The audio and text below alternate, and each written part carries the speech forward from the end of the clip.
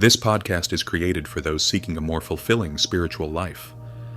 Teachings and lectures can often feel lengthy or complex, so these conversational episodes aim to present timeless wisdom in a relatable and accessible way, making it easier to connect and grow.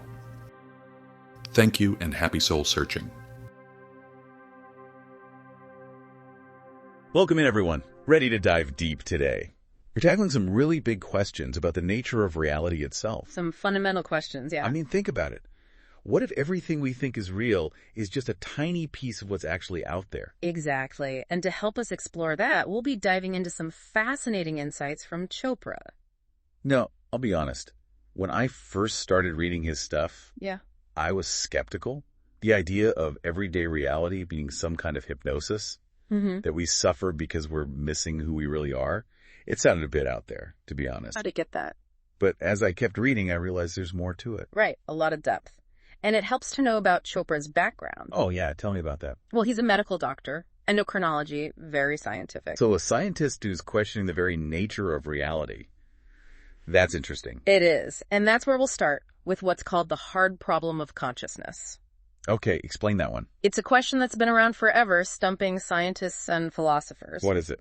How do physical processes in the brain create our subjective experience? Like, how do signals in neurons result in what we actually feel and see? Precisely. Like, we can map which parts of the brain light up when you see the color red. Yeah. But where is the actual feeling of redness coming from? Right, where is that located? That's the puzzle. And Chopra argues that feeling isn't in the brain.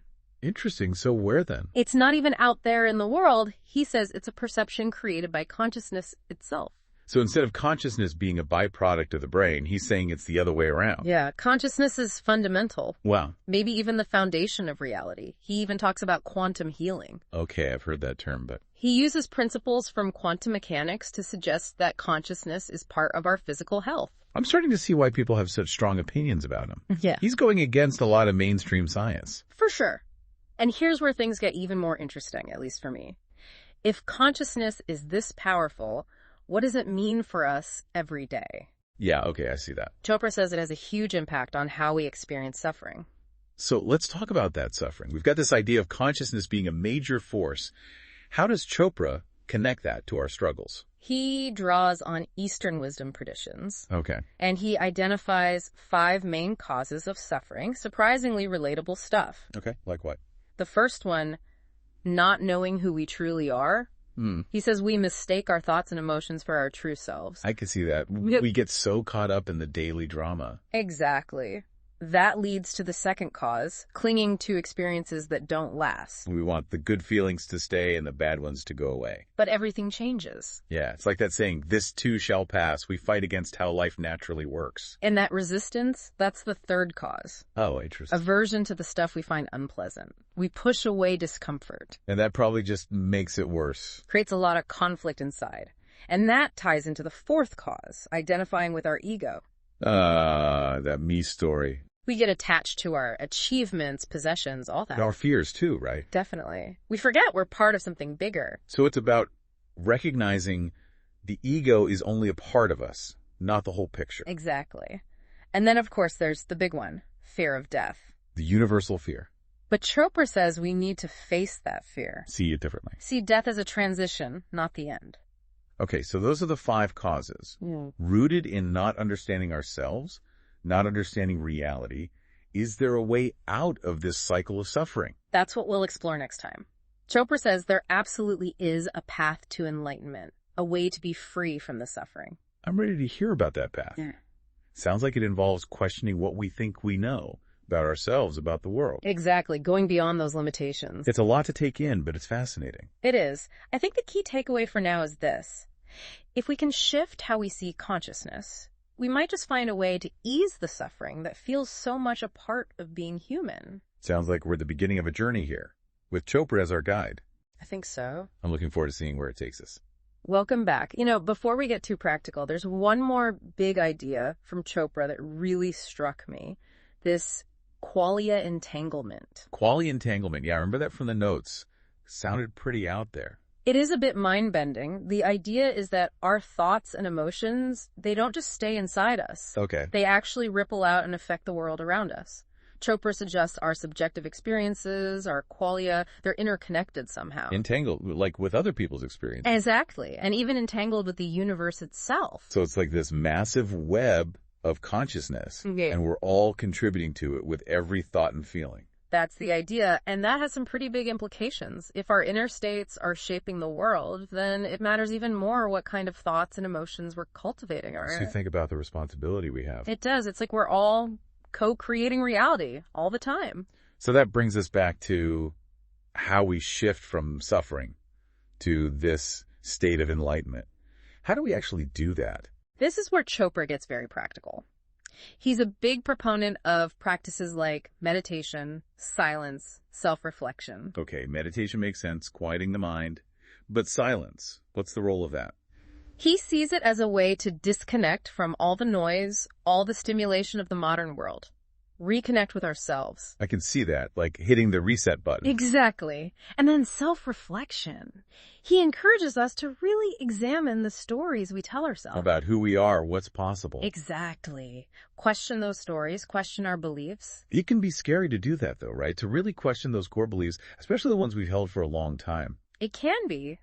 But Chopra argues it's crucial for growth. He even suggests some big questions to ask ourselves. Like what? Who am I? What do I want? What is my purpose? Wow, those are the big ones. They are. But if we want lasting happiness, we have to face those questions. I see that. And once we start questioning those thought patterns, we can cultivate new beliefs. More positive ones? Ones that align with what truly matters to us. So shifting from fear and limitation to possibility. Exactly. And that's where things like gratitude come in. Chopra emphasizes appreciating the good, even the small things. Gratitude, right. I've heard the idea that what you focus on expands. It's like that. Focus on lack, you create more lack. Focus on gratitude, you invite more abundance. Okay. But Chopra takes it further. He says gratitude can literally change our biology. Really? How does that work? He calls it bioregulation.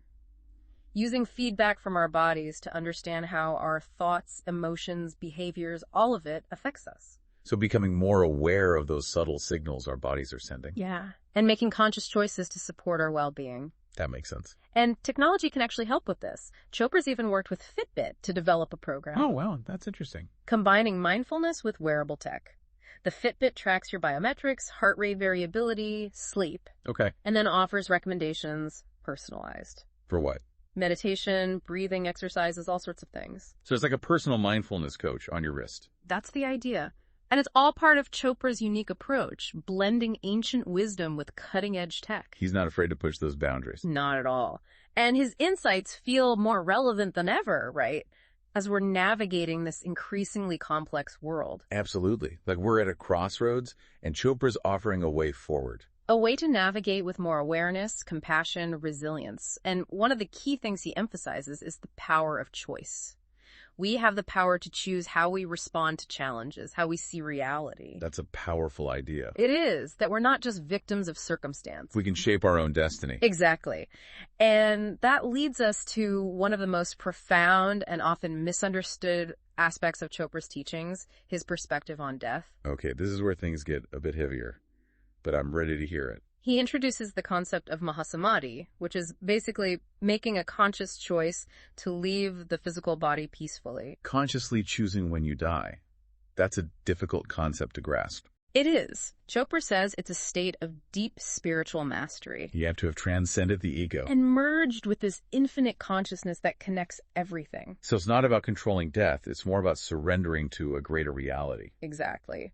And he even tells a story about his own father choosing this path, peacefully passing away at 94. Wow, that's a powerful image. It really challenges our usual ideas about death and dying. And that's what Chopra does, right? Challenges our assumptions, expands our awareness, invites us to live more consciously, more joyfully. This has been an amazing conversation. We've talked about consciousness, suffering, enlightenment, even death. And we've just scratched the surface of Chopra's work, but I think the key takeaway here is this.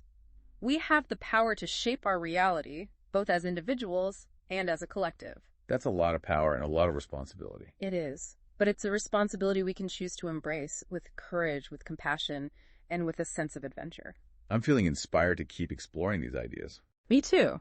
And I think that's exactly what Chopra would encourage us to do, to keep exploring, keep questioning, keep discovering the potential that's within each of us. We've explored some pretty profound stuff with Chopra, this whole idea of consciousness, shaping reality, the nature of suffering, even facing death. But there's one area I'm still curious about. Oh, yeah. What's that? His ideas about success. Yeah. It feels a little contradictory, right? Oh, so. We're talking about enlightenment, letting go of ego, but then there's this focus on achievement, too. I see what you mean. But Chopra's view of success is different. He's not talking about the usual stuff. Not money or status. No, it's deeper than that. For him, it starts internally, understanding your strengths, your passions, what brings you joy. Okay, so it's more about finding your purpose. Yeah, and then expressing those unique gifts in a way that feels meaningful to you. So it's about alignment, not just accomplishment. Exactly. He talks about progressive realization of worthy goals. Okay. But even the goals themselves, they're not the main point. It's the process of pursuing them. That makes sense. It ties into his whole philosophy of embracing the journey, not getting too fixated on a rigid plan. Right. And the journey itself becomes a source of fulfillment. And there are two more key elements to success for Chopra. Tell me about them. Love and compassion. I was going to say, it wouldn't be Chopra without bringing in that interconnectedness. It's hard to talk about success without considering your impact on others, on the world. Absolutely. He believes that our ability to love, to care for others, that's essential for achieving anything truly meaningful. Like that idea, to whom much is given, much is expected. If you're fortunate to have success, you use it for good. And that leads to the third element, the one Chopra considers most important. Okay, what's that? The ability to tap into what he calls your creative source. Creative source. Sounds a little mystical. It is a bit. It's that potential we all have inside us. The source of inspiration, innovation, creativity, the drive to express ourselves. And he's saying that when you align with that source, success flows naturally.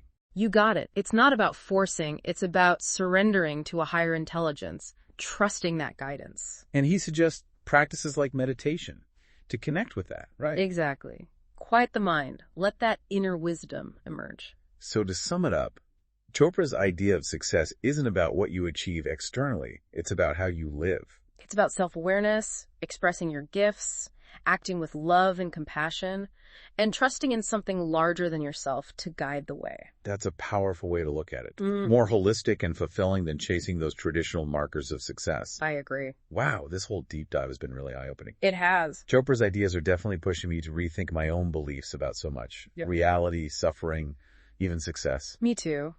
He offers a powerful framework for understanding the human experience, with more awareness, more compassion, and a sense of wonder. It's like he's reminding us that we're not just here to get by. We're here to thrive, to connect, to create a world that reflects the best of who we can be. And that's a message worth remembering.